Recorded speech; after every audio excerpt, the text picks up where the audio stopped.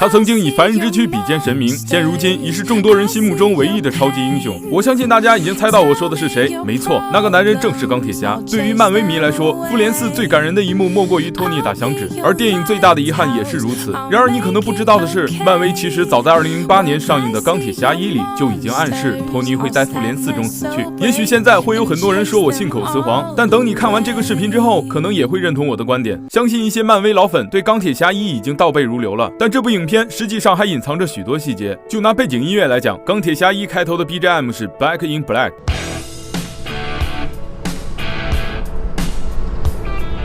然而在蜘蛛侠2英雄远征中，彼得制作战衣的时候其实也放过。这一点暗示彼得成了钢铁侠的接班人。其次是托尼被抓后出现的影片片名，我们此时能清楚听见打铁的声音。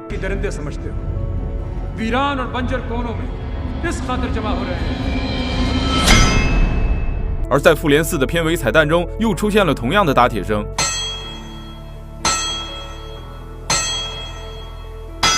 这也说明了10年漫威始于钢铁侠1，终于复联4。然而当你仔细回想一下，就会发现托尼以前的人生总是放荡不羁，可自从他走出山洞后，才懂得生命的意义。也正因如此，有了那句 I'm Iron Man。不过托尼史塔克真正成为钢铁侠，并不只是靠这一句。事实上，他走了太多的弯路，才有了如今的影响力。钢铁侠1，托尼发现马克2号在高空会结冰；美队3，战争机器也发生过同样的事情，所以他给小蜘蛛的战衣加了降落伞。钢铁侠3，他坠落在雪地中，冷得瑟瑟发抖。后来他特意为蜘蛛战衣设计了加热功能。I put everything in your suit, including this heater.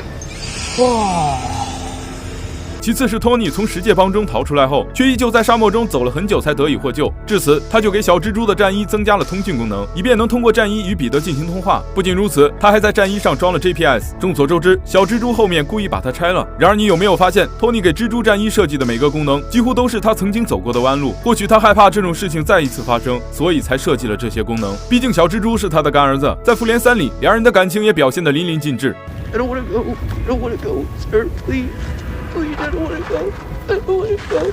钢铁侠1，铁霸王麻痹了托尼，而在复联3也同样出现了这个镜头。首先是灭霸捅钢铁侠，呼应铁霸王取托尼的反应堆；灭霸准备杀钢铁侠，呼应铁霸王大战托尼。因此这一切都说明复联4在致敬钢铁侠1。但请注意，这里有一个细节：当铁霸王对托尼说方舟反应堆是你的第9交响乐时，我相信这点有很多人都不理解。在这儿，我向大家解释一下，其实西方人很忌讳酒，因为贝多芬在创作完第9交响乐后不久便逝世了，而在他之后的很多作曲家也是如此。所以斯坦相信反应堆将会是托尼创造的最后一件物品，但事实并非如此。这句台词实际上还有一层隐藏含义，那就是在电影里，当托尼出现在漫威电影9次之后，他不幸在下一步牺牲了。所以说，早在钢铁侠1就已经暗示了托尼的一生。